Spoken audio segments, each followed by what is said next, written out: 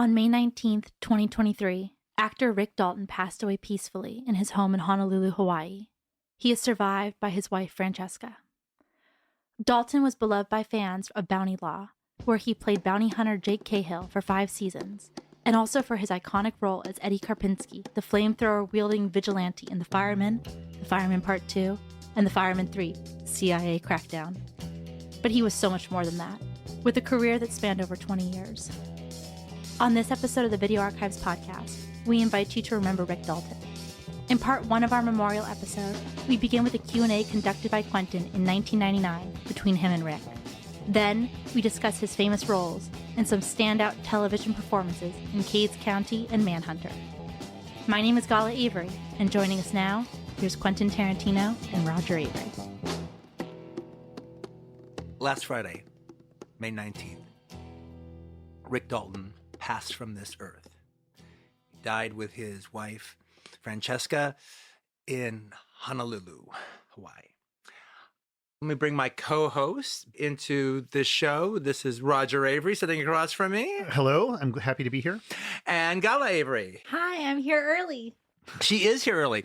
Well, it's kind of a special day. Yeah, exactly. So I got in touch with the guys, the Averys, and said I wanted to do this special episode. And then they came over. And then just the other day, we watched some of Rick's videos. Roger, did you grow up knowing who Rick Dalton was? Did you watch Bounty Law? Did you watch 14 Fists of McCluskey? I've seen episodes of Bounty Law. Mm-hmm. I have seen it. It was before my time. I was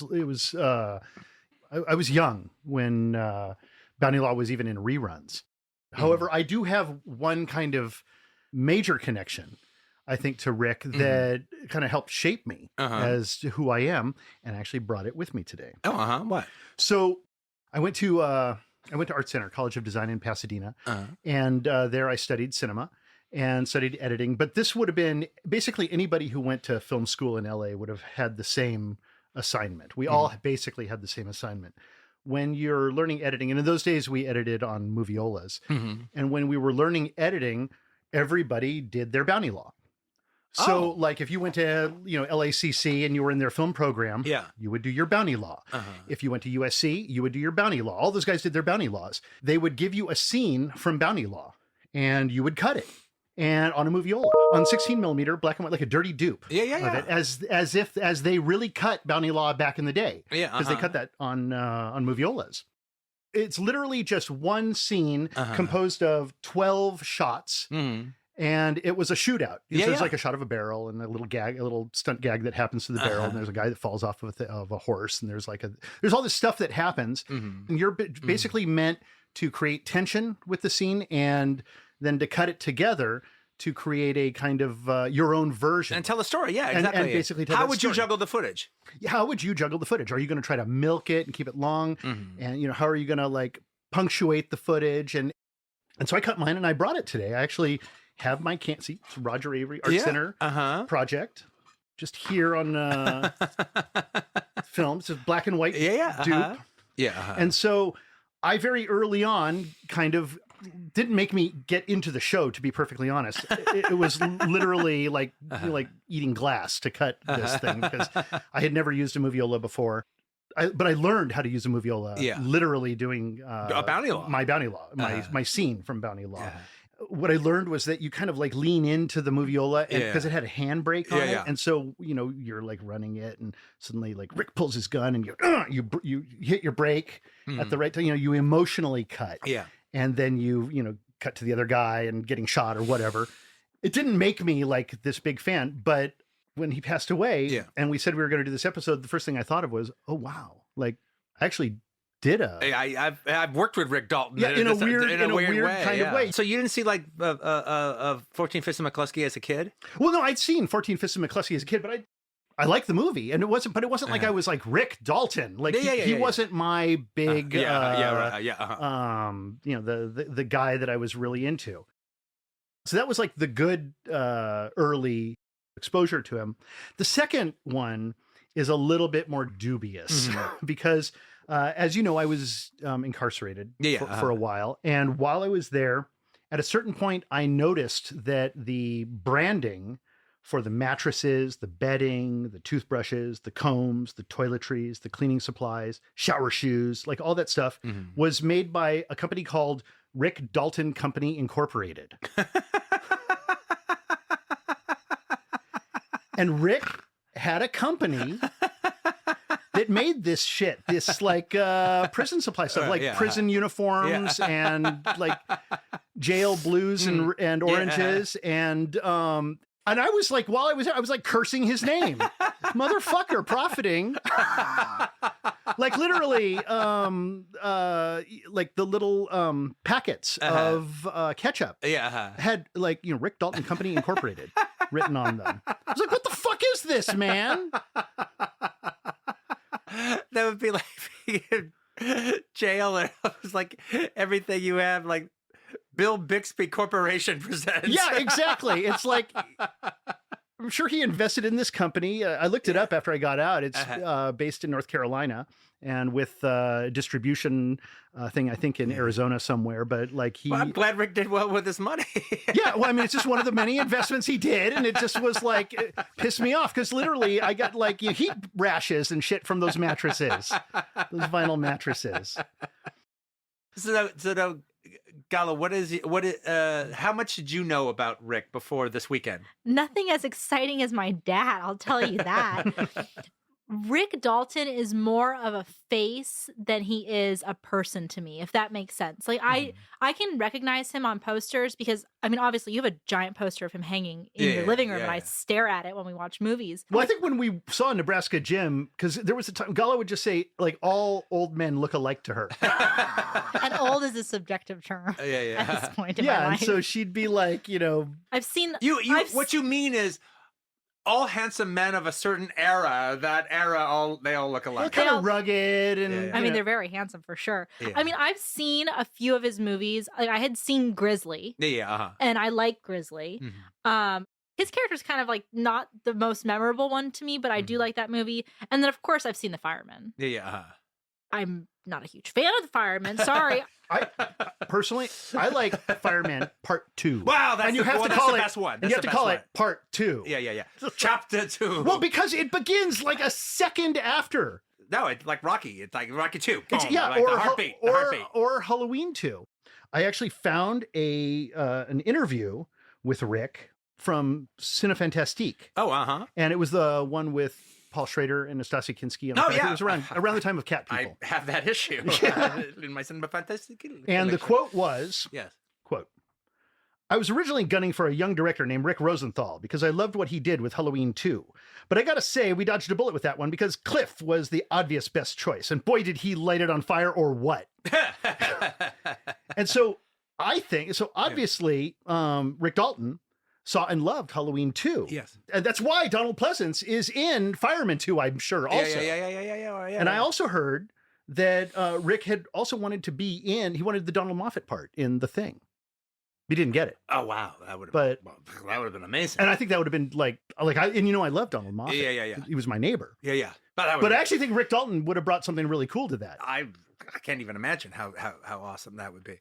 No, the thing is, like, in the case of like Fireman Part 2, so he'd made a deal with Canon Pictures to do a 4-picture deal, and so they went through the trouble of going back to Avco Embassy and buying the Fireman franchise. Oh, is that how that happened? Yeah. They spent the money. Well, that's when they were like flush with. They were no, absolutely. I want to say American Ninja money, but it's probably before American Ninja money. It's breaking. Yeah. And Chuck Norris money. They had all that stuff. And all the Death Wish sequels are doing good. So they were, that's when they were really flush with cash. And so they made a deal, a 4-picture deal, but one of them had to be Fireman 2, maybe Fireman 3. We'll see what happens. But the thing about it was, that was back when Golan Globus had a tremendous amount of money and were happy to throw it at things. So they were talking about Fireman Part 2 being a really, really big picture. And so then the best action director in Hollywood was Walter Hill. So they went to try to get Walter Hill to direct Fireman 2. And they offer him more than he's ever been offered before, $1.5 million. So much so that he's forced to consider it. So he gets together and has lunch with Rick Dalton. And Rick directed the first one. So Walter's like, well, why don't you just do the second one? He goes, guy, I don't want to be a director. I want to, now that we have the money to do this the right way, I want to be the best fireman I can possibly be. I'd like somebody, I don't care about being a director. I only directed the first one because no one's going to care about it enough. But now that we've actually got the money, wanted to get, get a real director. So they didn't get Walter Hill. They offered it to Richard Flesher, but he was just working with Dino at that time. Yeah. He was just doing one thing with Dino.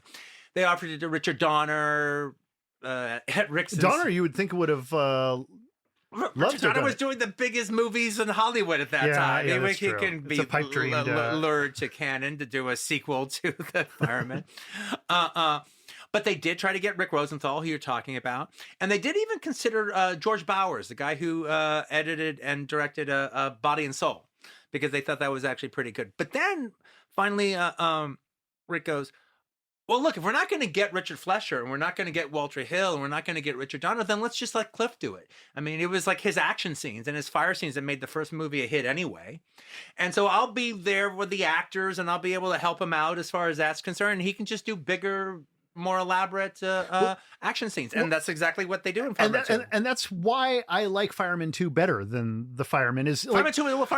The problem, one is an origin story. And that's actually the inherent problem with the Fireman is that you have to spend all this time setting it all up and building his thing. And it's setting up. Well, it's like an origin story. You just jump right into it in Fireman 2, Part 2. You are right. Fireman 2, they kind of knew what they were doing by the time they did Fireman 2. And now they had the money to do it. And they had the canvas to do it. The Fireman 1 is like $750,000. Fireman 2 is like a $4 million movie. Yeah, yeah. All right. And it shows. Yeah, and it shows. Like he puts it all on screen. It looks like a Walter Hill movie. Yeah. It looks like a cheapy Walter Hill movie. Yeah. Okay, but what it doesn't have, and it was a big part of the allure of The Fireman, is the sleazy New York milieu. Yeah. It's the best thing about the movie. Yeah. Is it captures that Times Square sleaziness just before it all got gentrified. Yeah, the dirtiness and Disney-fied. All right, yeah. So before the Giuliani years came in, it's little right along with Miss 45. It captures that New York sleazy vibe like to a T. So the whole move to Texas works. They make the move to Texas work. All the scenes at the Continental Club with the different Texas acts that worked. Oh, but I do miss that New York milieu that the first film caught. But Joan Baker's great in the fucking sequel. Yeah. Well, and also, I mean, if there's one thing I like a little less from The Fireman Part 2, it's the heavy use of POV. He's doing, I mean, that it's fine. I get it. It's like, and that's in the time period. People are doing a lot of that. Yes. But he overuses it a little. He overuses it. However, the action scenes, you just jump right in, and it's just like one scene after another. It's great. Okay, so now we're getting to the films that we actually watched for the show. And so just for audience members out there, the whole idea is Rick Dalton became a star doing a late 50s, early 60s TV show called Bounty Law, where he played a bounty hunter. Like a lot of other young guys on television, he was very, very popular and started doing some movies during his time off, and then kind of had his period where he could have a movie career. Same thing happened with Doug McClure. Mm-hmm. Same thing happened with Ed Burns, with George Maharis. And all those guys actually ended up doing quite a few different movies. But did they ever become a movie star? Not necessarily. Some guys did. James Garner did. Steve McQueen did. Clint Eastwood did. But most of the rest didn't. So that period of time was over. And then all of a sudden you just saw, especially in the 70s, you saw Rick Dalton doing a lot of, like William Shatner, just guesting. Yeah. On a lot of people's show. He also had a thing that happened with him, though, in the late 60s, where like three hippies kind of bursting into his house, and they were tripping, and they had a gun with them, and his stunt double basically beat the brains in of two of them, and Rick set the other one on fire with the flamethrower from 14 Fist and McCluskey. Well, I've heard about that. Yeah, actually, that's one of the great true crime LA stories that's out there. Yeah, Gullah watches a lot of true crime. I watch a lot of true crime. So yeah, that's one of them. That became a thing, all right, because one, there's something kind of attractive about the star of Bounty Law killing a couple of hippies that broke into his house. We'll teach those hippies they should pick the wrong fucking house to trip balls on. Yeah, don't wander into Rick's backyard. Well, those hippies picked the wrong house to trip fucking balls in that night. Anyway, so he got invited to like the Republican convention, all right, because he became this kind of like thing for the Nixon silent majority, and he's a lifelong Democrat, but like he went, all right, and they fucking dug him. So it's a gig. Rick was very happy being dug. All right, hey, that's my audience. Yeah. Part of my audience. But they put him on Johnny Carson after that, and he was like a big hit on the Johnny Carson show, and then all of a sudden his TV shows actually because of the notoriety.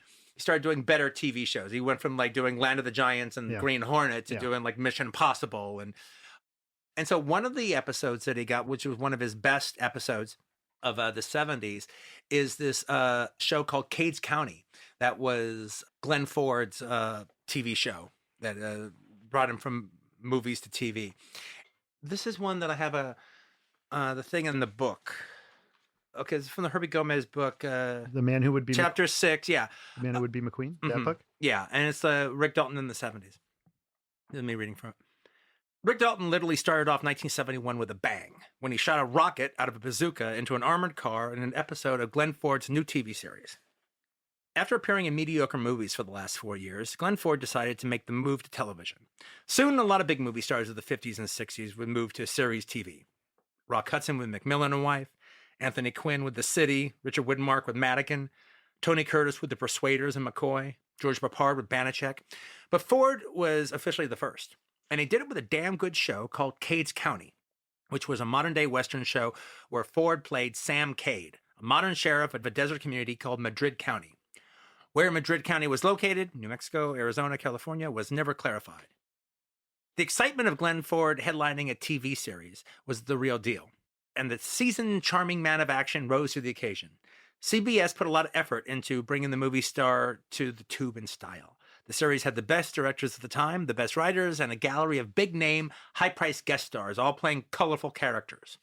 Darren McGavin, William Shatner, Cameron Mitchell, George Maharis, and best of all, Rick Dalton. Dalton's episode, A Gun for Billy, is not only considered the best episode of this fondly remembered show, but it is also considered by many to be one of the best episodes of an action series of the 70s. It was one of those TV episodes that if you saw it when it aired, you never forgot it.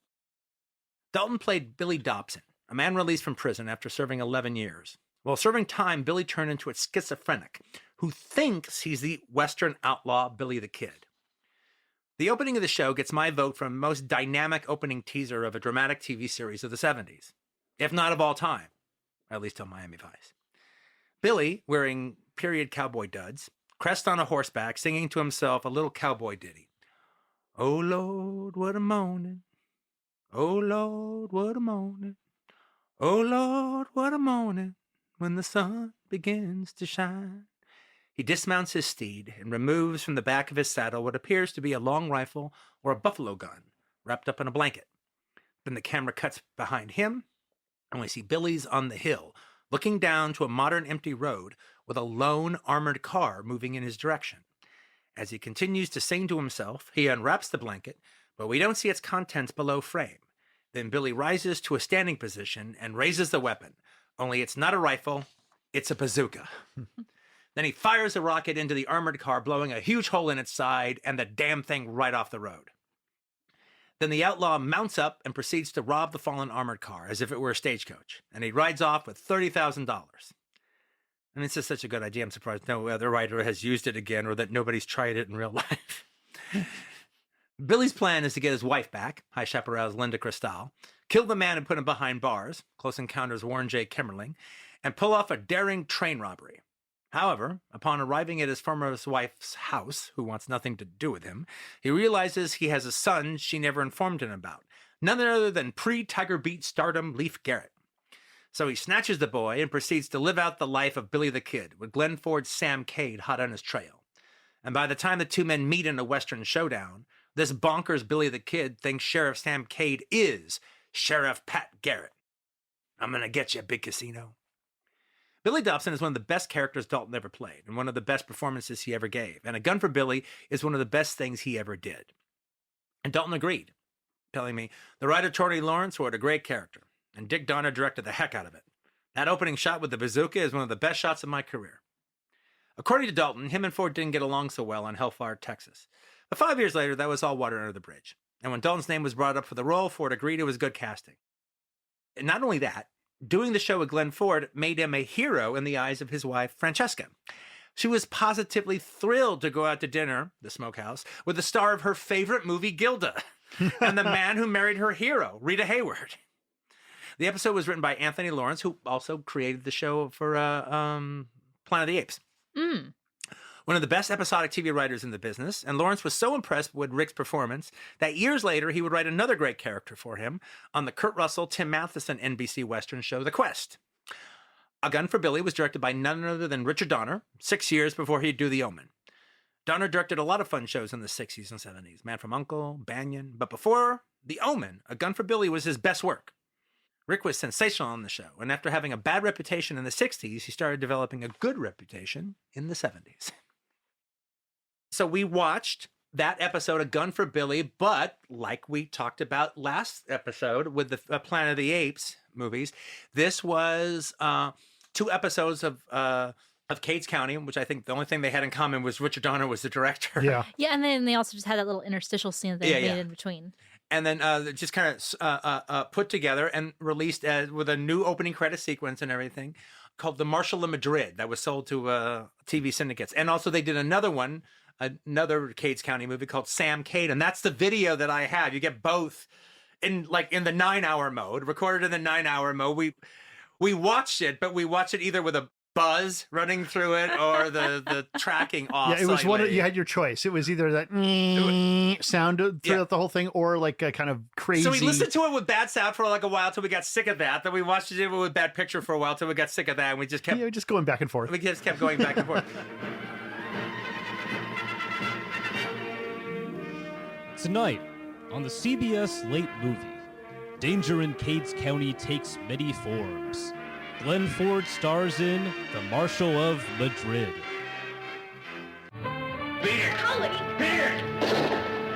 The citizens of Madrid County sleep soundly thanks to Sheriff Sam Cade, until he meets his match in an oil magnate with a heart as black as tar. You wouldn't shoot me, Sam. Meanwhile, young Billy only thinks he's Billy the Kid, and he has his sights set on Cade. It all leads to a Texas fried showdown. We better let the sheriff handle this. You move and I'll gut shoot you right where you stand, Chisholm. With Rick Dalton and James Gregory, the Marshal of Madrid. So what did you guys think of the Marshal of Madrid? I love the Marshal of Madrid, actually. I think it's great. And I actually think Rick is really good in it. I mean, he does a really good performance. Kind of a schizophrenic. He's fucking awesome. He's playing in a this. schizophrenic guy. Yeah. I think I totally agree with the book. I think it is one of his best performances, especially out of like what we've seen. Because we watched like 5 or 6 of his movies.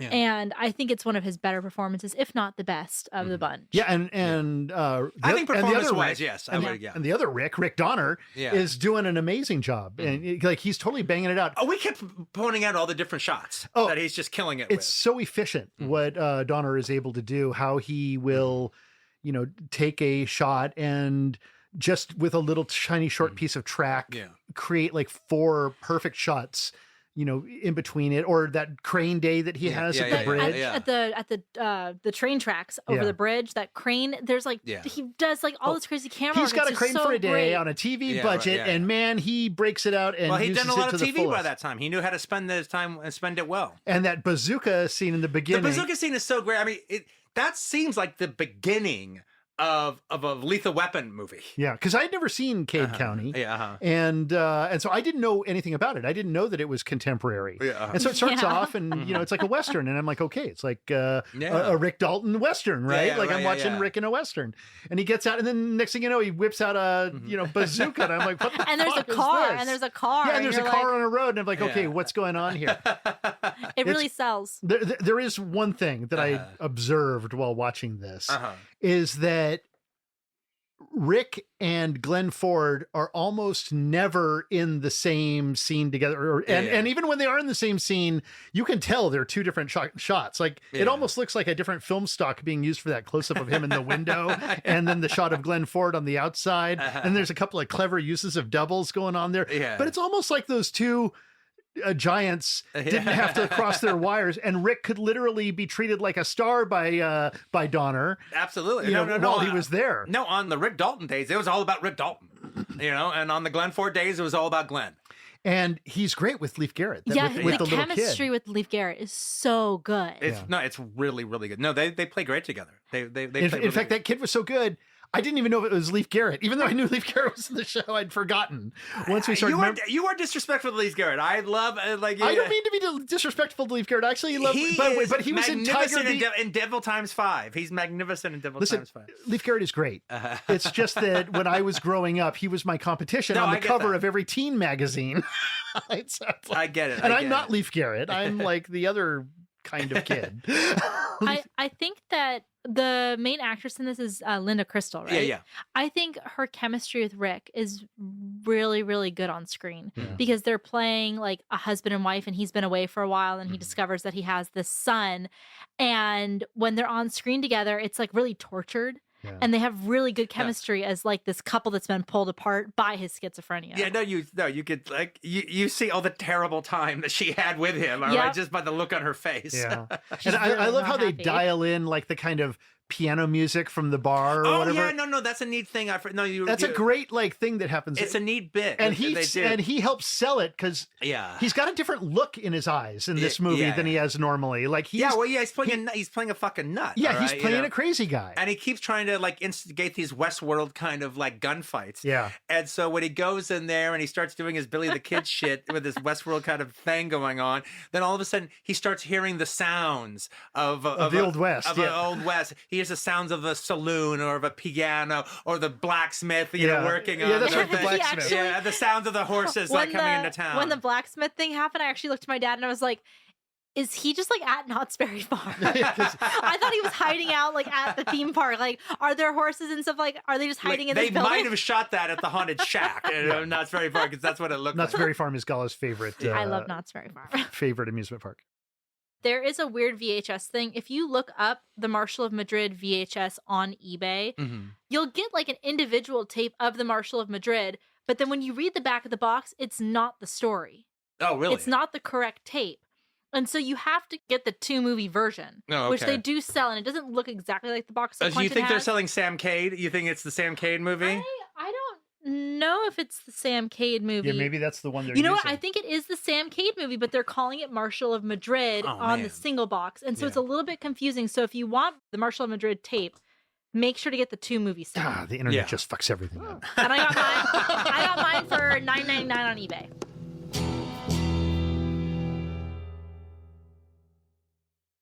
Bounty Law. Starring Rick Dalton. Okay, I'm going to read again from Herbie Gomez's book, and this is on the chapter on his TV series Bounty Law. Right. Rick Dalton would get Bounty Law in 1959, but it would be a guest shot he did as Jesse James on Tales of Wells Fargo that caught the eye of executives at Screen Gems, the TV arm of Columbia Pictures, that paved the way for his own series. He was brought in for a proposed Western series called Bounty Law, playing a bounty hunter named Jake Cahill. While Screen Gems was hot for the laconic Missouri boy, they didn't just give him the role. He had to test for it, and as Rick told me, I better be fucking good. Dalton not only nailed the audition, but he also nailed the wardrobe test, the horse riding test, and the handling a pistol test. Ever since Rick was a little boy, he watched Westerns. And when he watched Westerns, he imagined being in those Westerns. He imagined himself riding horses, shooting guns, wearing cowboy hats, and beating the tar out of owl hoots. And now, only 5 years after hitting the town, he was the star of his own cowboy show. Lash LaRue, Dalton's boyhood hero, would be proud. Rick was also clever enough to realize Bounty Law wasn't just some run-of-the-mill TV Western. While at that time there seemed to be a never-ending line of cowboys parading across the tube, Bounty Law was different. The big difference being his character Jake Cahill wasn't a sheriff or a marshal or a Texas Ranger or a drifting gunslinger. He was a bounty hunter. Up until that time, when a bounty hunter showed up in a story, be it a movie or a TV show, they were usually portrayed as shady villains. But the television season before, from 58 to 59, Four Star Productions had launched a CBS show about a bounty hunter called Wanted Dead or Alive. The CBS series starred another sexy, slim young actor named Steve McQueen, playing a bounty hunter named Josh Randall. McQueen's program proved a change of pace from the standard cowboy show on TV, and its success was immediate. So Bounty Law was Screen Gems and NBC's attempt to jump on this bounty hunter bandwagon. Both Screen Gems and NBC saw Rick Dalton as a cross between Steve McQueen over on CBS and Ty Hardin, star of Bronco, over on ABC. The biggest difference between Jake Cahill and McQueen's Josh Randall and Ty Hardin's Bronco Lane was the producers allowed Dalton's bounty hunter to be a bit more morally questionable. Jake Cahill was still presented as the sorta good guy. If given the chance, he'd rather take them in alive than dead. But his character veered closer to anti-hero status than any other Western show lead on TV at the time. And the anti-hero, slightly shady gunslinger was Dalton's favorite Western archetype. Burt Lancaster's smiling, laughing, black-clad bastard in Veracruz. Richard Widmark's bloodthirsty Comanche Todd in The Last Wagon. If given a choice between playing Wyatt Earp or Doc Holliday, Dalton would always choose Doc. Except these characters didn't star on TV shows. That week's guest star usually had those qualities, but not the series lead. But Jake Cahill possessed qualities that steered him closer to that type of characterization than the Lone Ranger straight arrow type that Clayton Moore and Chuck Connor specialized in. Screen Gems and the network NBC were hot enough on the series to launch it as a backdoor pilot on their popular series The Restless Gun, starring John Payne in an episode titled Epitaph for a Bounty Killer. But Bounty Law had another unique aspect when compared to the other Western shows on television. Most Western series starred 2 or even 3 cowboy leads on their show. And even when the Oder only had 1 lead, he usually was backed by a cast of supporting characters. Bounty Law was different. It had no funny sidekick, no folksy old sheriff friend, no apple-cheeked school marm who's sweet on Jake. Just every week, Rick Dalton and that week's guest star, who was usually his antagonist. And Screen Gems provided Dalton a bevy of heavyweight, tough guy familiar faces, all with bounties on their head to collect. James Coburn, Charles Bronson, Vic Morrow, Robert Blake, and Claude Akins. Even former movie stars like Edward G. Robinson, Louis Hayward, and Douglas Fairbanks Jr., as well as current movie stars like Sammy Davis Jr., Ralph Meeker, Aldo Ray, Howard Duff, Darren McGavin, and Rory Calhoun. A lot of episodes consisted of Jake tracking down some murderous varmint or coming into a town and having to deduce who, among a bunch of suspects, was the man, or sometimes woman, he was looking for. The 2 most popular storylines on the show had Jake having captured a dangerous, crafty, desperate outlaw, having to get his prisoner to the hangman's noose without getting killed himself. Bronson, Coburn, Morrow, Lee Van Cleef, and Claude Akins all guest starred in tasty examples of this story. Or the storyline's opposite number. Jake has captured a fellow wanted for murder and is bringing him back to hang, but during the journey becomes to feel that the man is innocent. So once they get to town, it's up to Jake to find the real murderer before his prisoner is hung.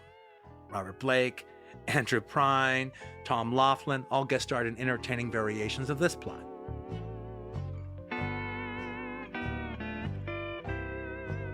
I would like to read part 1 of a Q&A that I conducted with Rick Dalton back in 1999 at the Hawaii International Film Festival.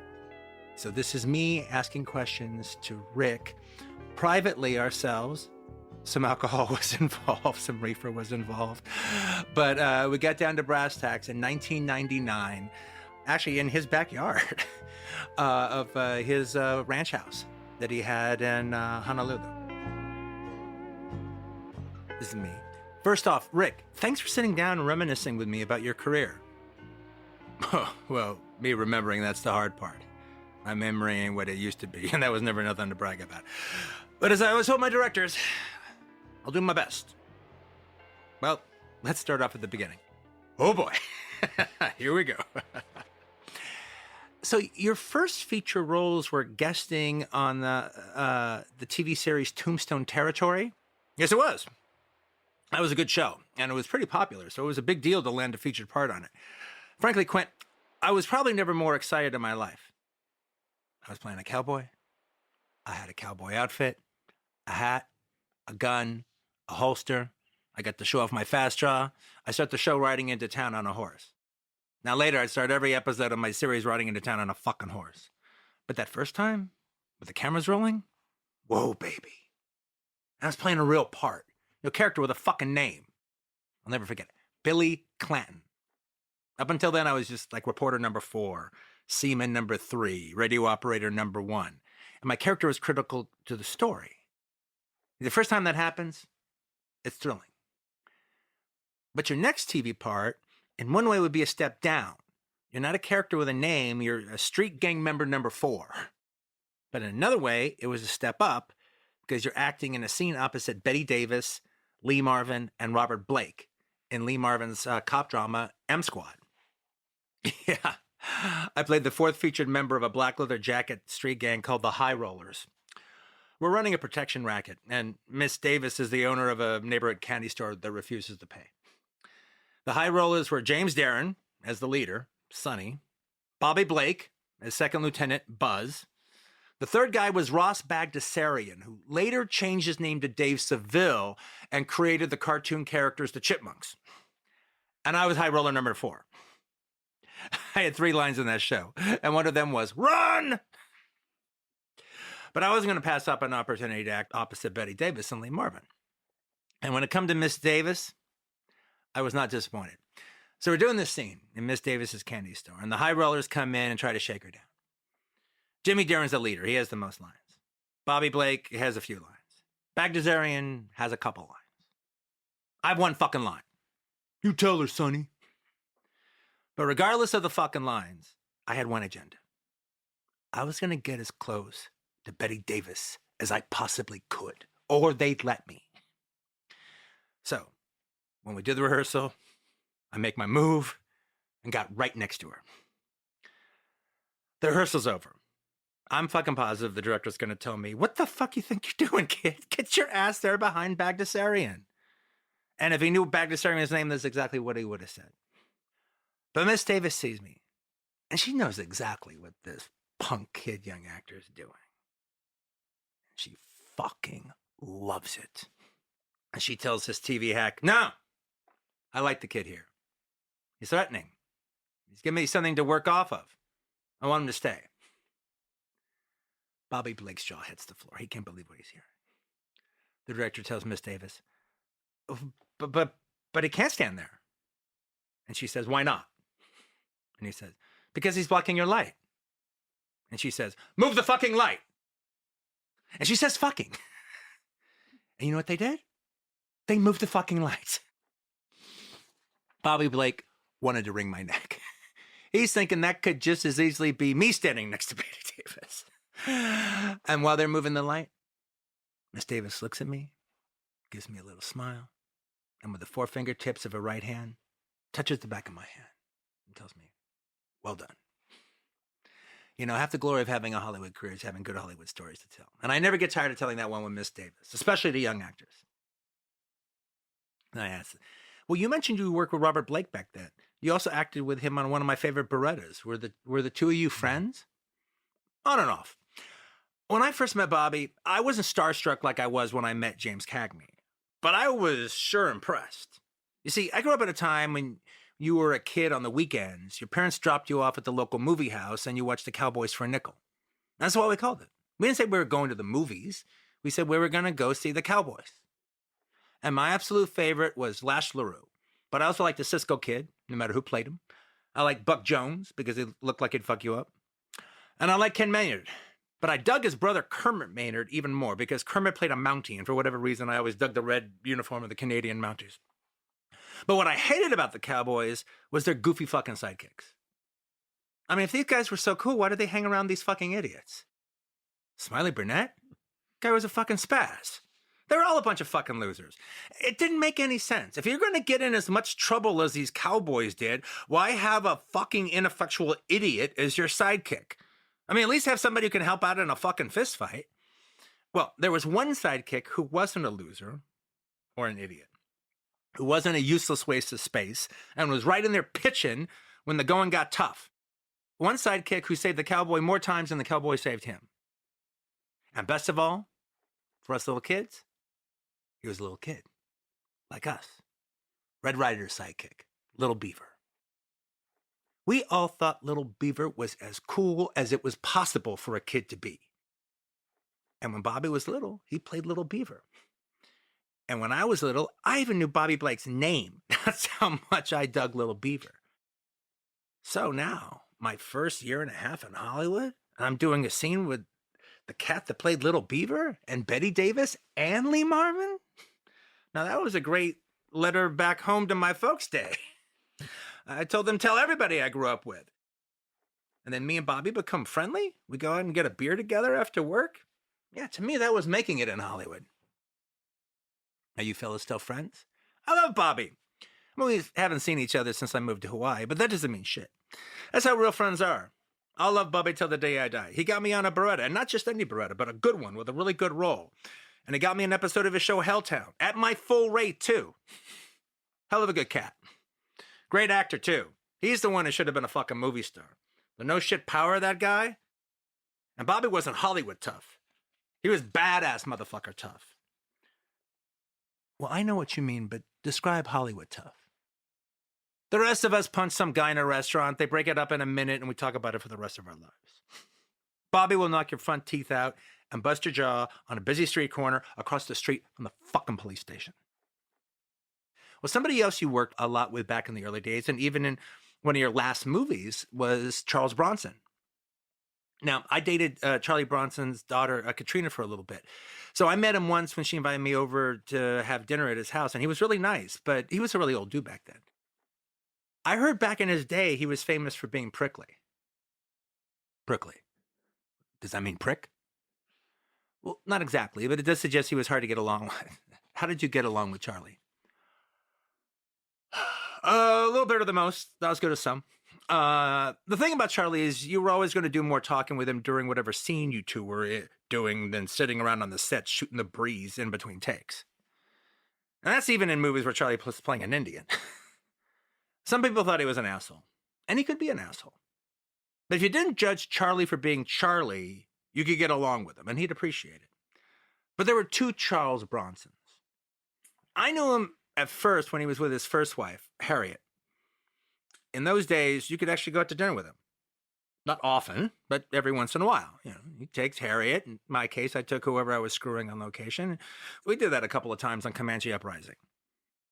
But after he married Jill Ireland, you can fucking forget that shit. He didn't want any fucking guy anywhere near her. He stole her from David McCullum, and he was going to make goddamn sure nobody stole her from him. Back then, I thought his territorial guard dog bullshit about his wife was fucking nuts. But since then, being married to a beautiful woman these last 20 years, maybe Charlie knew what he needed to do, and he didn't give a fuck what anybody else thought. So you got your start in features with one of my favorite directors, William Whitney. Wild Bill Whitney. Hell yeah. In my opinion, William Whitney is one of the most underrated action directors in the history of Hollywood. I believe you are correct, sir.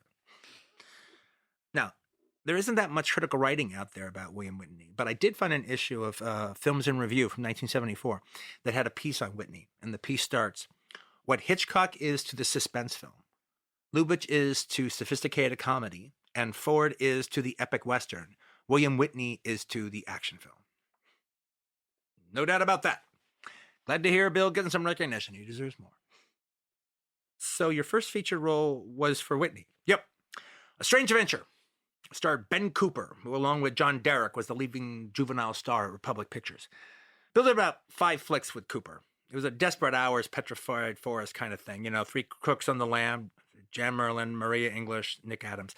Take some innocent people hostage. In this case, a young hot rod racer played by Cooper and a brother and sister played by me and Joan Evans.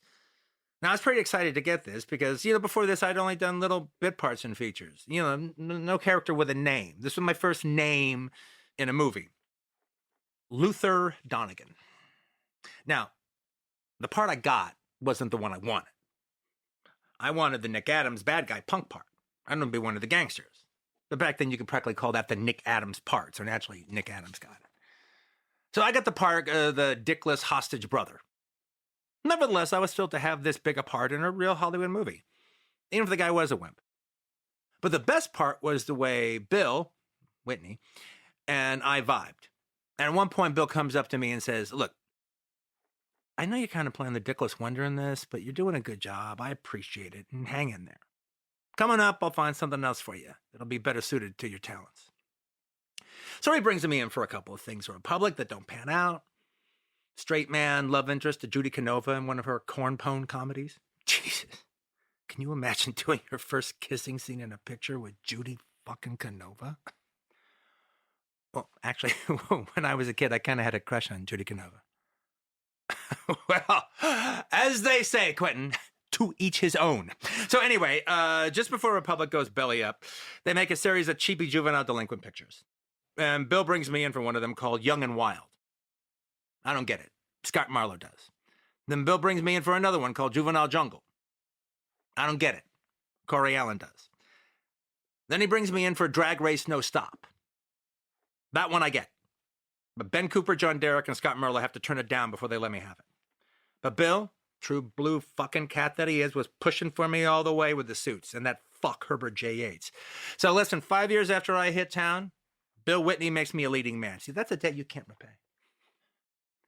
I think Drag Race No Stop is a sweet little picture. It's a little uneventful. I win the big race. Yeah, like you didn't see that coming. But for my first lead, it wasn't bad.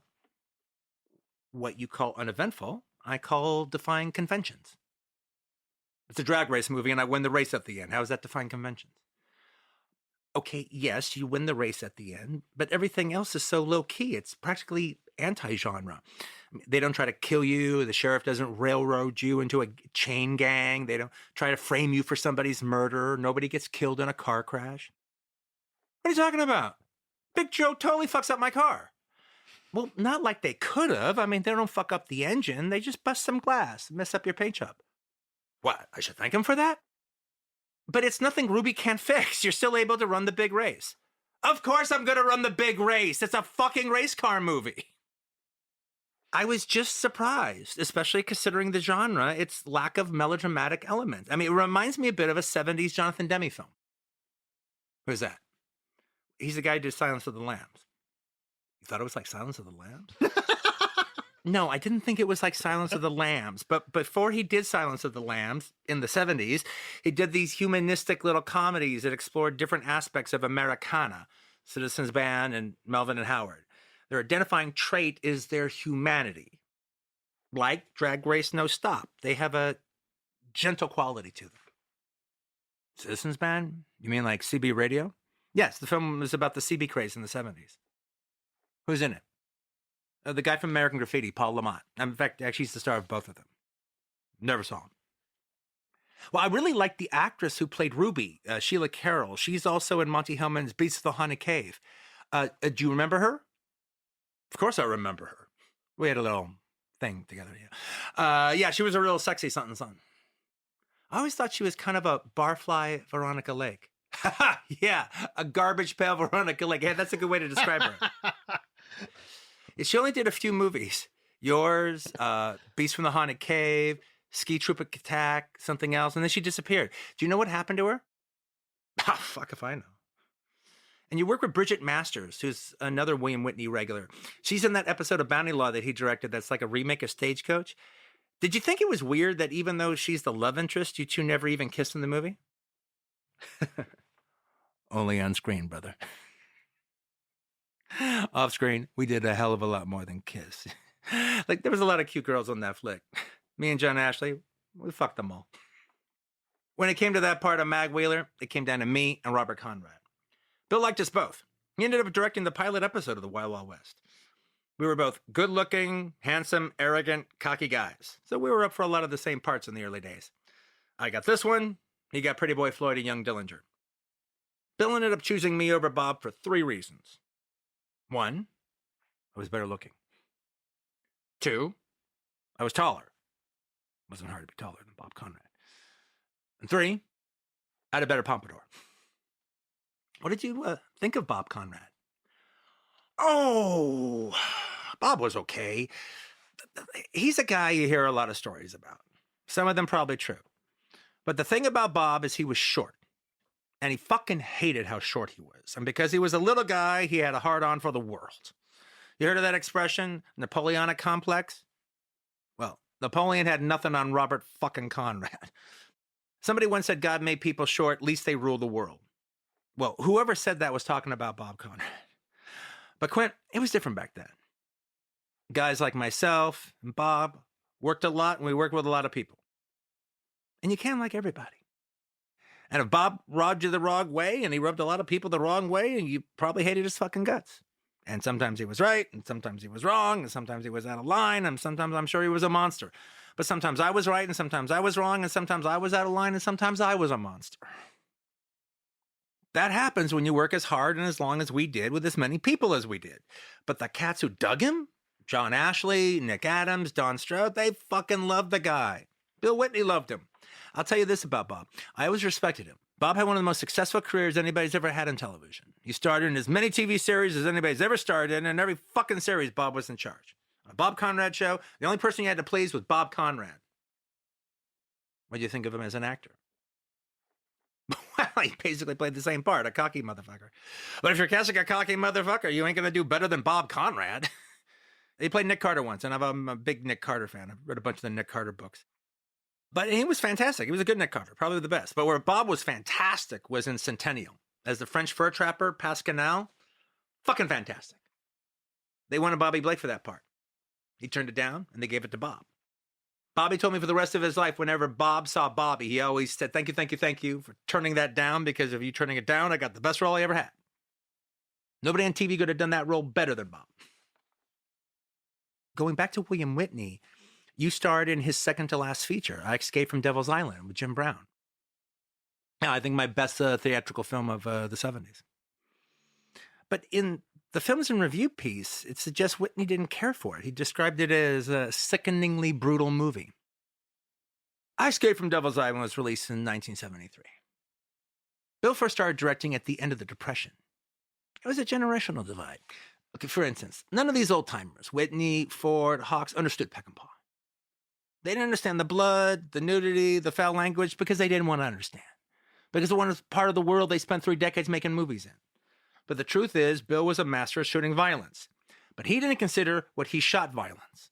Violence is what Sam Peckinpah did, what Don Siegel did. Bill would say he shot action.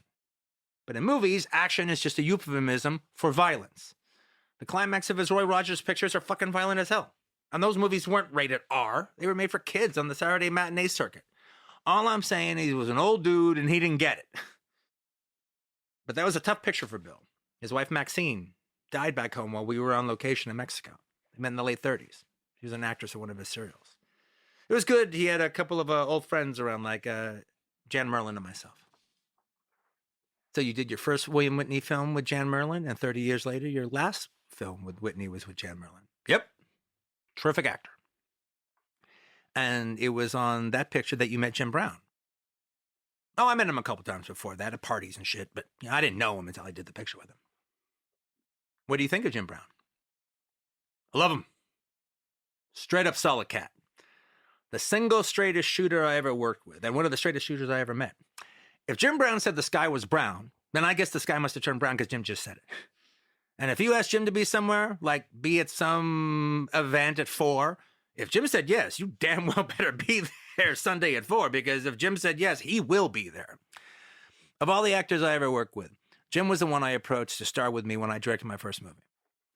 And when Jim said yes, God bless him, that's when we knew we were going to get a movie made. Also, when I was writing the script about police brutality and corruption in inner city New York City, I took Jim out to lunch and asked him what he knew about it. He told me so much, most of which made its way into the movie. I wanted to make Jim a producer. He refused. He said, this is your thing. It'll be looked at differently if it's our thing. One, if it's our thing, I want to play the fireman and you play the fucking cop. But his point was, he wants the world to know that this was my thing. And he was working for me. By refusing a producer credit at that stage, he said goodbye to a bunch of money when we became a hit. Not only did Jim not give a damn, he was also happy for me. As I said, straight fucking shooter. Is they'll all be stunting now. Now, So you were talking about Roger. You were talking about like you had a favorite Bounty Law episode. Well, yeah, I have seen Bounty Law, and like I've seen a number of episodes actually, but in preparation for this, I went through and I just wanted to catch up and watch a few, and one jumped out at me that was from the 4th season. I think it's from the 4th season, and I think it's pretty late in the 4th season. Also, the reason I wanted to watch it is because it guest starred Ross Martin. Yeah. And I love Ross Martin. He was in Artemis Gordon. Yeah, Artemis Gordon from Wild Wild West. And my mom was Ross Martin's physical therapist. And so as a boy, I knew Ross Martin a little bit. And so I've always been a huge Ross Martin fan. Like whatever he's in. And so when I saw that he had done a Bounty Law, I was like, oh, I want to check that one out. And so Gala found it for me. And I watch it. And it's called Incident with the Photographer Who Killed His Wife's Lover. And it's actually kind of a cool episode because Ross Martin plays Edward Muybridge. Yeah, okay. The guy who... The guy filmed like horses' hooves. Yeah, and what happens in the episode is a representative for Leland Stanford, who was like at that time the richest man west of the Mississippi, basically goes to Rick to get him to find and bring Edward Muybridge back to California before the other bounty hunters can get him. He's killed his wife's lover and then gone on the run. And Stanford, in the meantime, is trying to solve this puzzle that he's got. And it plays throughout the episode. They talk about it, where do a horse's feet all touch the ground at the same time? Or, or is there ever a moment where the horse's feet are completely off the ground? And so Edward Muybridge had been hired by Stanford because he was a photographer of big vistas and everything like that. And he was hired to go to Palo Alto, which was a horse ranch at that time, to experiment with this. And so he developed this photographic technique of taking a picture of the horse as it was running. And then he developed a machine that would then put it all together. And we had an early version of motion pictures. Yeah. Even before the Lumiere brothers. And there's actually a little bit of an argument. I've had arguments with Terry Fermot about who invented cinema. And he's like, well, Lumiere brothers. And I'm like, motherfucker, what about Edward Muybridge, a Californian? And so in this episode, he and Ross Martin and Edward Muybridge is like this kind of, I don't want to call him a hippie, but he's like a hermit kind of looking guy. Like he, despite the fact that he's like a respected photographer, he dresses in like these dirty clothes and has long hair. And he's like this kind of crazy, semi-crazy character. And what's happened is Stanford has set him up while he's developing this camera technique. And the guy discovered that his wife was sleeping with another man and he killed him and then had to go on the run. And Stanford's like, well, I got to finish my thing. I got to know this because it was a bet he had with some other billionaire or millionaire at the time. And so Rick is the one who gets him and brings him back. And it's mostly the two of these guys, as they're... Well, that sounds like most Bounty Law episodes. Yeah, it's like the two of these guys and they're on the run and they have like a couple of little encounters and, it's a great episode. It's really an interesting episode. And I love how it touches on real history. Oh, no, I love how it touches on real history. Most good Bounty Law episodes are like Rick and like a really good guest star because it's usually just them. Yeah, and it was like a different kind of guest star because he's not trying to take him to be executed. He's trying to take him back to avoid prosecution. Right, yeah, exactly. And so it's kind of and it was like an interesting twist on the kind of... It's like a moral twist also for It's a moral twist and there's a bunch and they talk about that. I really like Did you watch any of the episodes? I watched that one with my dad, which I really enjoyed, but we only watched that one. I've seen like every now and then because my dad on our hard drive has like a bunch of random TV episodes, like all misfiled. Yeah, it's all and misfiled. So every now and then, like I'll catch a Bounty Law episode. I think they're fun. It's not something that like personally I'm gonna binge watch like all of them. It's before your time. Yeah, it's a little before my time, but I still enjoy it. It's like one of those shows that like you turn the lights off, you grab a snack, you put your feet up, and like you watch an episode, and it makes you feel good before you go to bed. Well, actually, it's fascinating how much storytelling they're able to do in a half an hour, actually 22 minutes. I mean, it's actually kind of crazy. The stories have how efficient they are. They move along really fast. The stories have a beginning, middle, and end, and they're only like 22 minutes. But they have a whole situation. They get it across. There's a zillion things they could do. They do the simplest thing. But like again, as long as you have like when you're dealing with Rick Dalton and James Coburn or Rick Dalton and Vic Morrow, I mean it's going to be fucking great. Herbie has some of his different episodes. he has the names of them. I don't remember. I remember my favorite ones though. One of them, a favorite one, is called Stage Bound for Tucson, and it's Darren McGavin is the guest. Oh, I love Darren McGavin. Darren, he's fucking great on these. You know, he's great on any of these shows that he shows up on. He's like, you know, he's the man. And Jay Cahill has got a guy named Big Bill Shelley. He's got an outlaw that he's bringing in. They're on the stage bound for Tucson. And also on the stage is the legendary gunfighter Tom Horn, played by Darren McGavin. Yeah. And so not played by Steve McQueen. Not played by Steve McQueen. Before Steve McQueen played him, he was a character in this. And so at first they come across like they're going to be friendly. Jay Cahill totally knows who Tom Horn is. But then at some point, Tom Horn ends up killing Jake's prisoner. Oh. And he's like, okay, but it's okay. He's wanted dead or alive. Okay, we're going to split the bounty when we get to Tucson. And then Jake's like, we're not going to split the bounty. It's my bounty. I'm the one that caught him. Yeah, just because you shot him dead doesn't mean that we're splitting. And he goes, yeah, okay, but look, I'm going to tell the Tucson sheriff that we're partners in there. Who do you think he's going to believe? Well, he's going to believe me. Okay, let me explain something to you. I don't know what you think about Apaches, but I can tell you what people of Tucson think of Apaches. They don't like them. And I'm the guy who caught Geronimo. So who do you think they're going to believe? You or me? Yeah, so Tom Horn ends up winning. But then there's like a nice twist at the very, very end, at the epilogue tag. There's a nice twist. Watch out, I won't reveal. Okay. In case you get a chance to see the episode. But it's a real funny twist at the end. But then there's also a really, really good one. That was, it's like a two-parter, and it was directed by Joseph H. Lewis, who directed Gun Crazy. Okay, yeah. And it's called Incident in Gun Crazy's great. Yeah. Well, and he's super visual. Yeah, well, he's a terrific director. He also did a lot of really good Riflemans. He did a lot of really good Riflemans. So was he a TV director before he did Gun Crazy? Like he must. Well, no, there wasn't TV when he did Gun Crazy. Right. He's a B movie director. No, he was just a B movie director. But you're right, though. Literally doing movie serials, which would be the equivalent of a TV show. So he started off doing like East Side Kids, and like a Charlie Chan. But he did an episode called Incident in Parkertown, and it's about a black municipality. It's like a town that's basically just it's a black town, and Jake comes in and he knows the sheriff. The sheriff's played by Sammy Davis Jr. And they've captured this like really dangerous white bank robber played by Vic Morrow. Yeah. But they got to get him out of this town before his gang comes in and tears the town apart. So they have to make up a little posse made up of some of the black residents of the town. And they asked Jake to go along with them. But one of the posse members she did 2 dramatic TV roles. This is one of 2 she did.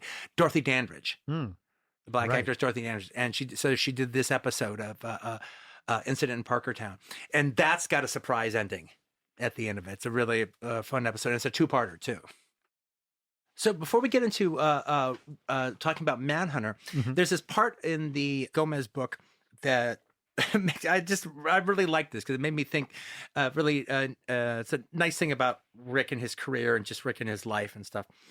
It's talking about after the whole flamethrower incident at the house, he was invited on The Tonight Show. Dalton made his first appearance on The Tonight Show with Johnny Carson in 1971. Rick proved a big hit in Johnny's chair. Both Johnny and the audience liked him. Johnny always had a slight deference to people who were stars before he was. Turns out Johnny was a Bounty Law fan. And Carson had him back whenever he had something to promote. And soon, Dalton could be seen sitting behind a desk surrounded by Paul Lynde, Wally Cox, and Charlie Weaver on the Hollywood squares, playing guessing games on Password and the $20,000 Pyramid, bowling spares on Celebrity Bowling, horsing around and filling in blanks with Richard Dawson, Brett Summers, and Charles Nelson Riley on Match Game, and acting cute with the other Hollywood couples on Burt Convey's Tattletales, where Francesca, with her ditzy Italian shtick, was a big hit. And for the rest of the decade, Rick could be seen on the couch of Mike, Merv, and Diana, yucking it up with Henry Winkler, Ben Vereen, Joe Namath, Brenda Vaccaro, and Nanette Fabre. The end result of all this horsing around was, to a large degree, Rick Dalton enjoying his Hollywood career in a way he never had up until then. He could still get movies from time to time, but he knew he'd never be a movie star. He'd never do as good as McQueen or Burt. Frankly, he'd be happy to do as good as William Shatner or Robert Culp, both actors who were serious draws on TV movies, as Burt and Steve were in theatrical films. But with that realization came an inner peace that had eluded Rick his whole career. But not just a feeling of inner peace, but a sense of humor about himself that was completely absent in the first half of his career. And you can see it when he flirts with Diana, or teases Merv, or just plain has fun on Match Game and Tattletales. Rick was finally having fun being a TV star. And that's a nice little story, I think, about him.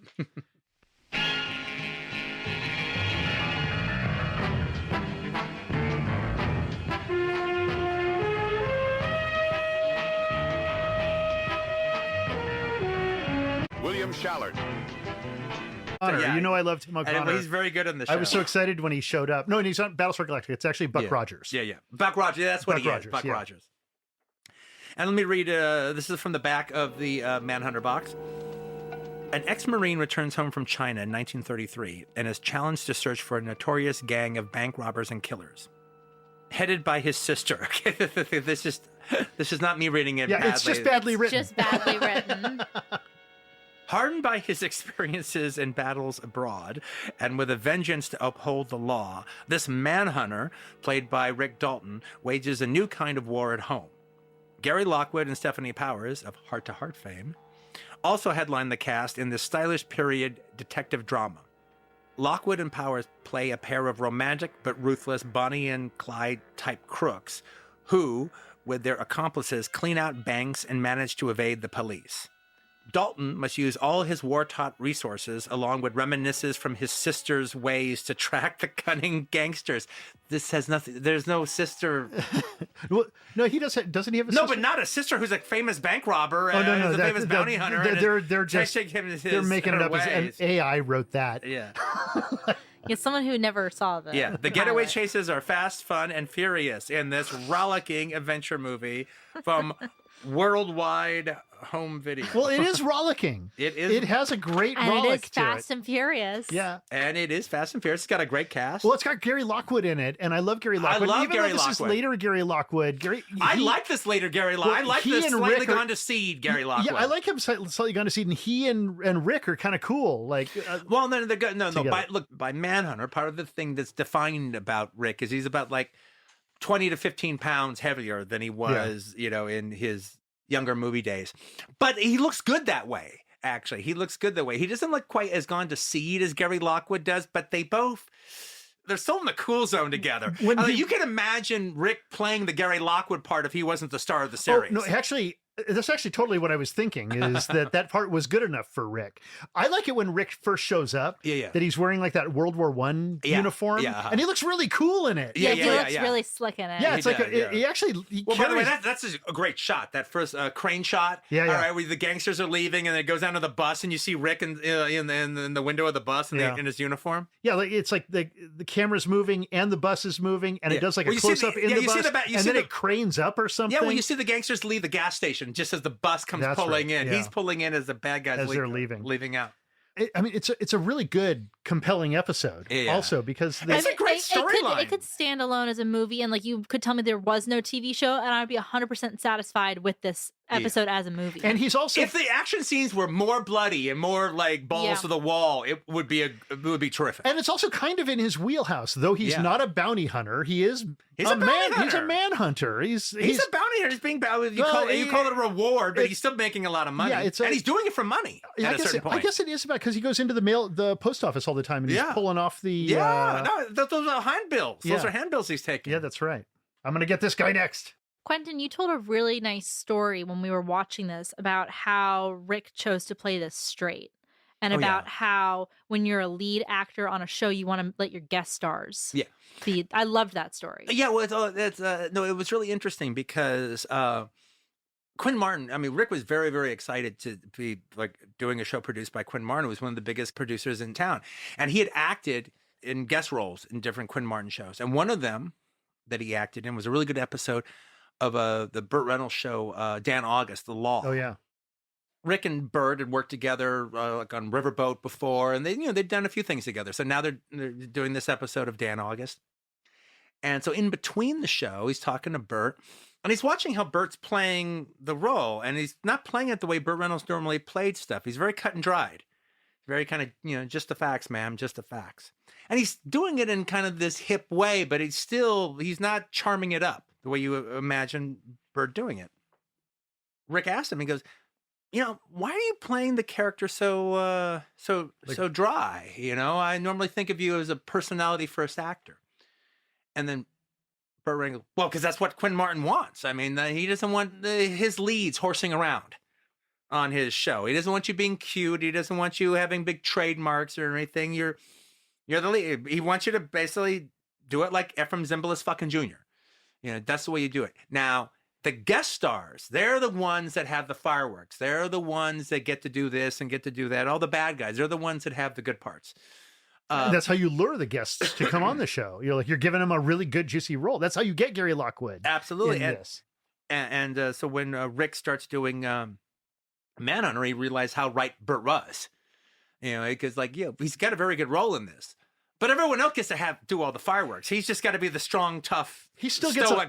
gets a lot of mileage out of that brooding kind of. Well, he gets a lot of mileage out of his cowboy experience. He makes it really feel like Glenn Ford does to some degree in Cade's County. He makes it feel like a modern day Western because of his cowboy swagger. Okay, I hit it when it happened. When the bank robbery happens and the gun goes off and his dog is killed. Oh, yeah. And his childhood sweetheart. And his childhood sweetheart. Who's married the other guy. Yeah, married the while he was away at war. The doofus sheriff, Yeah, while he was away at war. I cried in that moment. Oh, I did too. It's that they played that so well, and he played that so well. He went deeper stoic. It's like he hardened. Well, you guys loved the scene with him and Tim O'Connor where he's like, this is my... Tim O'Connor's amazing in this. Tim O'Connor is hilarious in this. Yeah, but the big monologue that Rick has. That's the scene, because it's it does exactly what you think it's going to do. When he's grabbing Tim O'Connor and he's like, oh, you want to know why I did this? This is why I did it. Is it my dead dog? This is why I did it. Dead sweetheart. This is why I did it. The best part about he doesn't care so much. He just lost money. No, that's the best part about it is that it starts off with the dead sweetheart, and then it kind of goes to these other people that you don't think that he would like. They lost their money. It's the dead sweetheart. It's the cop that's shot, and then all of a sudden it's he just lost some money. They're going to have nightmares. Yeah. And then he takes him, and then he shows the dog, and he punctuates with the dog. This is my dog. It was a good dog. Yeah, it's a good dog. And it was a good dog. Now, the first thing we said when we saw that dog was, wow, that's a really good dog. Yeah, and I was like, and it ripped my heart out when that happened. And that's, by the way, pre-John Wick. Yeah. Everybody talked about John Wick and how one thing you don't do is kill a man's dog. That's his motivation. They killed his dog. Well, Manhunter did it first. Absolutely. and Rick did it first. And then it has that whole middle section because I'm telling you, we do awards, all right? Obviously, I think Rick's going to win Best Actor, but I think James Olsen wins Best Supporting Actor, all right? James Olsen, the disgruntled second criminal underneath Gary Lockwood, who's jealous of all the newspaper print that Gary Lockwood is getting. And I don't like James Olsen, but he's kills it in this fucking movie. So funny. Just the image of him with his hands out the window of the car. Yeah. Oh, it's just like... the indignities never end for him. Indignities never end for him. It's almost too humiliating a role to play. Yeah. All right? And he just commits to it 100%. And then also, it's also kind of funny because, so there's all these subtleties in there. So for one, not only is it driving James Olsen crazy, to be second fiddle. Yeah, that, Frank, all right, Gary Lockwood's character, what is such the boss of him, all right, that his wife, all right, his sister is has a love affair going on with her brother. All right. But then it's actually shown that Frank he's almost like a simple-minded child, all right? He loves his horse. Yeah, he's got a childlike mind, but he's a violent child. Yeah. So he's almost like Billy Mummy, all right, in the Twilight Zone episode. Everyone has to placate his childish, murderous rages.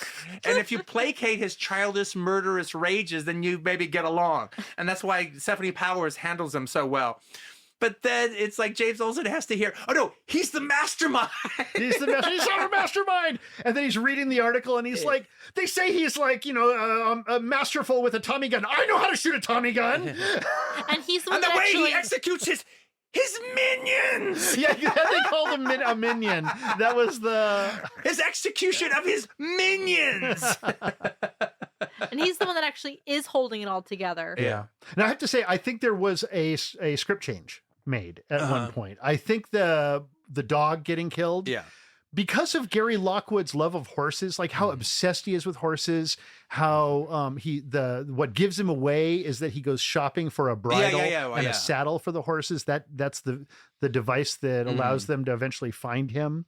And because he loves horses so much, when Rick first comes riding into town, he's riding on a horse. And he's got his dog with him. He gets off and he goes in, and then the bank robbery happens and the dog gets killed and everything. Somehow, I bet in the original script, it was his horse that got shot somehow. Oh, maybe you might be right about that. And that Gary Lockwood, because afterwards he's like, I didn't mean to shoot his dog. Like he's really upset that this accident happened during their bank robbery. Yeah. And that actually really choked me up. Yeah. The fact that this kind of criminal guy was so broken up over what happened. He's like, I didn't mean to shoot that dog. I didn't mean to shoot that Louise. I didn't mean to shoot that dog. I didn't mean it to happen. Like he's really upset about it. Yeah. And I was thinking, had that been a horse, it would have been even worse for him. Yeah. And so I'll bet that, and it was just impossible to stage or whatever. You can't. Yeah. Also, that horse in the very end, that slow-mo sequence. Yeah. Is so good with the horse, and he's jumping on bareback and the stunt that happens. Well, no. Fantastic. The movie is definitely made in the wake of Bonnie and Clyde and John Milius's Dillinger. And it does a really good job of it's jumping capturing Depression era America. Oh, it does all a the really good sets. job. Oh my like God. it's a very A++ on no. all the cars, all those cool cars. The production design of all the whatever small little California towns they went to shoot it. You know, they're like a block or 2 blocks long, or like they're exquisite. I've seen some recent movies recently that like fell apart when it came to stuff like this. This thing puts them all to shame. And you know, but it's definitely jumping off from those kind of movies. Look, it doesn't have the punchy dialogue, as good as the dialogue is. It doesn't have the punchy dialogue of a John Milius or a Bettman Newman, or forget about Robert Towne.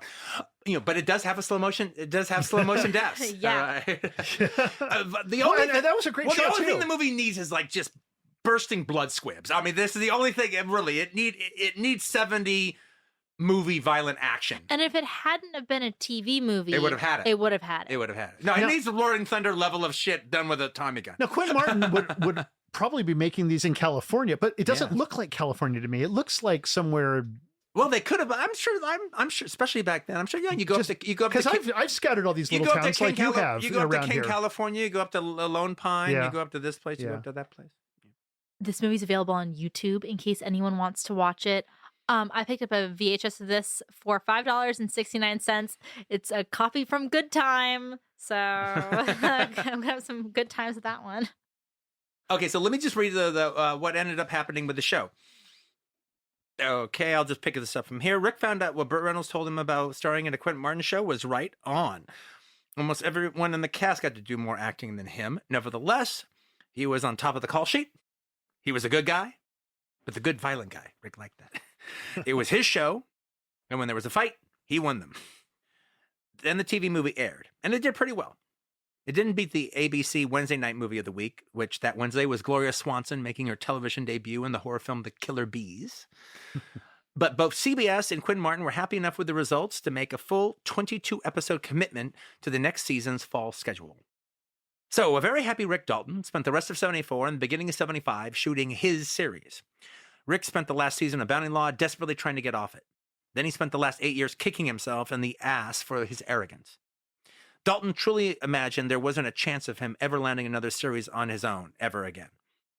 So despite him being on the cover of TV Guide twice for Bounty Law, and even his inside story about the flamethrower incident in 69, when he was in the fall preview issue of TV Guide for the 74-75 television season, with a new series starring him, Rick felt something that it took him many years in the business to feel. Grateful. Rick Dalton was back. The series followed the same template as the TV movie pilot. Rick Dalton is 30s bounty hunter David Barrett chasing after 30s gangster characters that were surrogates for famous real-life 30s gangsters. The first episode of the series saw him going after a Ma Barker-like gang called the Ma Gantry Gang, with High Sierra star Ida Lupino playing Ma and Sam Elliott and Don Stroud recreating his role from Roger Corman's Ma Barker epic Bloody Mama as her two killer sons. In another episode, babyface Michael Burns would play a babyface Nelson type. In another, Bo Hopkins and 70s sleazebag William Watson would recreate the Kansas City Massacre 1 year before Bo Hopkins would play Pretty Boy Floyd in Dan Curtis's TV movie about the same subject. And in an episode reminiscent of Rick's Cades County segment, Legs Diamond star Ray Datton would star in a chapter titled The Man Who Thought He Was Dillinger. Befitting a Quentin Martin series, it had a cornucopia of big-name guest stars: Bradford Dillman, Robert Loggia, Tom Skerritt, Leslie Nielsen, Robert Foxworth, Celeste Holmes, Shirley Knight, Kevin McCarthy, and Woody Strode. And it even reunited Dalton with some actors from his past. Kaz Garris from the 14 Fists of McCluskey, the Green Hornets' Van Williams showed up for the show, and Joan Van Ark, his co-star on Rick's Night Gallery, did an episode. And Leslie H. Martinson, who directed him in the Stuart Granger African-helmed picture Big Game, helmed a couple episodes. Even Pete Doole's brother Jeffrey made an appearance. It went on the air September 11th, 1974, at the start of the fall season. Wednesday was its night of the week on CBS, at 10 o'clock, right after William Conrad on Cannon.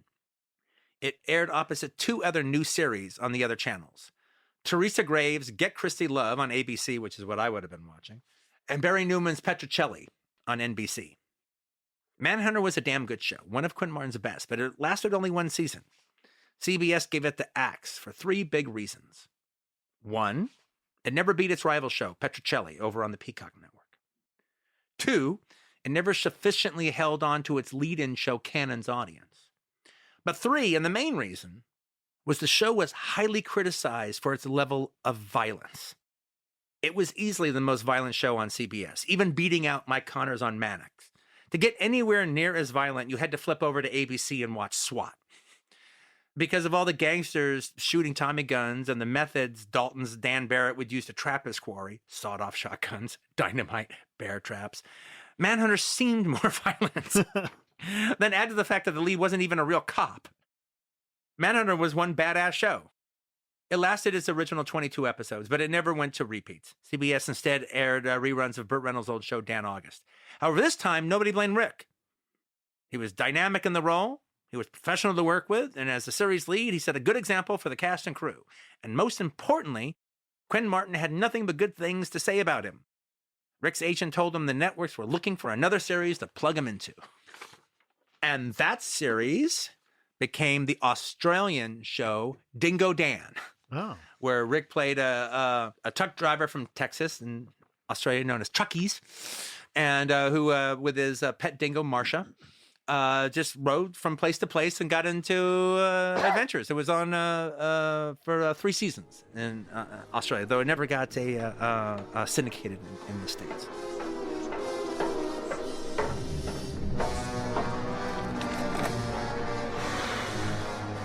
Okay, so now I'm going to read part 2 of my Q&A done in 1999 with Rick Dalton. I'll pick it up right where we left off before. This is me talking. Another underrated action director you worked a lot with was Paul Wenkos. My favorite of all my directors, and director of the best movie ever made, 14 Fists of McCluskey. How would you describe the difference between Whitney and Wenkos? Oh, good question, Quentin. The biggest difference between the two was their style. The biggest similarity was their method. Both men knew what they were doing. They knew how to shoot. They knew how to run a set. They knew how to get the best out of their people. They knew how to block a scene, stage a scene, and they knew how to get their day done. Besides Paul's ability, the most impressive thing about Paul was he looked like a director. He was an impressive cat, and he inspired confidence. By comparison, Bill looked like a pile of dirty laundry. Also, Paul was more what you'd call an actor's director. So Battle of the Coral Sea was the first film you did together? I worked for him in a one-line bit in a film he did for Columbia with Darren McGavin called The Case Against Brooklyn. If I remember correctly, there was a pretty good part in that flick that I read for. I didn't get it. Brian Hutton got it. He later became a director. Yeah, he directed Where Eagles Dare and Kelly's Heroes. Right. But even though I didn't get it, Paul dug me. So when he was doing Gidget, he brings me in for one of James Darren's surfer buddies. And I almost get it. But at the last minute, Tommy Laughlin comes in and wins the role. So when Battle of the Coral Sea comes along, third time's a charm. And both me and Tommy land parts. Thing about that movie, even though the story was fabricated, it was based on a real incident of prisoners escaping from a Japanese POW camp and how they pulled off the escape. Later, when I started doing Bounty Law, I get a stunt double named Cliff Booth, and he became my stunt double from that point on. And as time wore on, my best friend. Later, we wrote The Fireman together, and he directed the action scenes and directed the 2 sequels. Anywho, Cliff was one of the most decorated heroes of World War II. I mean, Audie Murphy and Neville Brand level of hero. And it turns out the Battle of the Coral Sea was based on his escape from a Japanese prisoner of war camp in the Philippines. Wow. That's incredible. That's true. You bet. So when I get Bounty Law, both Paul and Bill directed episodes. And I have to say, it made me feel really good whenever they did a show because I could tell both of them were really proud of me. Well, how did it work out you got the 14 Fists of McCluskey? Sheer luck. I was under contract at Universal Pictures at the time. And Paul was doing McCluskey for Columbia Pictures. And fucking Fabian had my part. 10 days before he starts shooting, he breaks his shoulder doing a Virginian, directed by William Whitney, no less. Columbia wants either Bobby Darin or Ed Burns to replace him. But Wenko fights the Columbia brass for me and gets his way. So they borrow me from Universal to do McCluskey. Like, that film really holds up, and it's a true classic of the genre. A best movie I ever made, that's for damn sure. What did you think of the remake Richard Donner did with Mel Gibson? Well, I worked with Dick Donner back in my TV days, a couple of times. And Mel guested it on Dingo Dan the year before he did Mad Max. So I like both men. But frankly, I didn't see the point of remaking it other than, utilizing the popularity of the title. On the other hand, I thought it was pretty groovy to make a film good enough that 30 years later they'd remake it. And to tell you the truth, I'm pretty fucking happy it wasn't a passion of ours. So do you remember when Mel Gibson guested on Dingo Dan? Of course I do. George Miller directed the episode. George Miller? No, not that George Miller. The other one. Oh, the Man from Snowy River, George Miller. Right. You see, back then, Mel, Steve Bisbee, John Jarrett, and a young fellow named Tony Bonner, they were the swinging dicks in Australia. None of them had done the movies they were later to be known for yet. But all 4 of them had done a small Aussie film together called Summer City.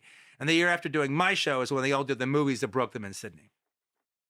Have you seen Mel Gibson since? Not in the last 25 years, but we saw each other a couple of times after he did Mad Max. In fact, we almost starred in a picture together. It was another World War II movie like McCluskey. Oh, Attack Force Z? Oh, yeah, the part that John Philip Law played. I think that's what it was called. I never saw it. How come you didn't do it? That would have been cool. I can't remember. Something got in the way. You mentioned Tom Laughlin, better known as Billy Jack, and I'm a big fan of both Billy Jack and Tom Laughlin. You worked with him in the Battle of the Coral Sea, and he was 2 of the Fists in the 14 Fists of McCluskey. And he did a Bounty Law. So I take it you two were friends? You bet. He got me cast in the only legit theater production I ever did. It was a play called Fragile Fox. Oh, the play that Robert Aldrich's Attack was based on? Right again. Man, Q, you sure know your stuff. Tommy played the Jack Palance role, and I played the part William Smithers played. Holy shit, I would have loved to have seen that. Well, my guess is you were probably 2 years old at the time. Well, probably. What did you think of Billy Jack? Sensational. Tom was wonderful in that flick. The scene in the ice cream parlor is one of the great badass action scenes of all time. Well, I ain't seen it since it came out. What's the ice cream parlor scene? Well, the famous scene where Billy Jack gives that little speech before he fucks those rednecks up. Bernard, Gene, and all the other kids at the Freedom School always tell me I need to learn how to control my violent temper and be pacifist and nonviolent like they are. And I try, Bernard. I really do. I try. I really try. I really, really, really try. I do. But when I see what you do to a little girl we find so precious that we call her God's little ray of sunshine. And when I think of the years of pain and humiliation that this idiotic act of yours will cause, it just makes me go berserk. And then he beats up everybody. Kicks ass. And then Rick said, not about Tom. Well, I've been doing it since I was 12. Well, you see, Tommy was very enamored of Brando. And while he knew he wasn't as good as Brando, he felt he was better than McQueen. And Billy Jack was his way to prove it. Did he ever talk to you about being in Billy Jack? Yes, actually. I think I almost played the sheriff with the hippie daughter. Holy shit! You almost played the Kenneth Tobey role? Yeah, that's who I think did. That would have been fucking awesome. Why didn't you do it? I don't know. It just didn't work out. I can't remember why. Well, after such a tremendous success as Billy Jack, you'd think Tom Laughlin would have carte blanche in this town for the rest of his life. I mean, why do you think he didn't do better after the first 2 Billy Jack movies? Well, of all the people I ever met in this business, nobody, and I mean nobody, had a bigger hate-on for the studios than Tommy Laughlin. And the studios, they hated him right back. Tom was going to show Hollywood how it should be done. And then, God bless him, he fucking did it. He beat him at their own fucking game. He embarrassed the shit out of Warner Brothers. But Hollywood is a company town. You don't make friends in Detroit by embarrassing the Ford Motor Company. And you don't make friends in Hollywood by making Warners look like buffoons and then bragging about it to the press. Still, I'm surprised he didn't at least get a few acting offers at the studio level. That wasn't Tom's bag. He wanted just appear in movies. He wanted those movies to be his movies. I'm sure he got a few acting offers, but knowing Tom, he probably told him to fuck off. In fact, after all the shit he said about Warner Brothers, I think they came back to him and offered him the John Saxon role in Enter the Dragon. And if he had said yes to that, and then it goes out and does what it did, nobody could have denied him. But making dumbass action movies for the studios wasn't what Tom was about. Tom wasn't just another swinging dick. Tom had vision. If he couldn't work his way, he'd rather not work, so he didn't. The Video Archives podcast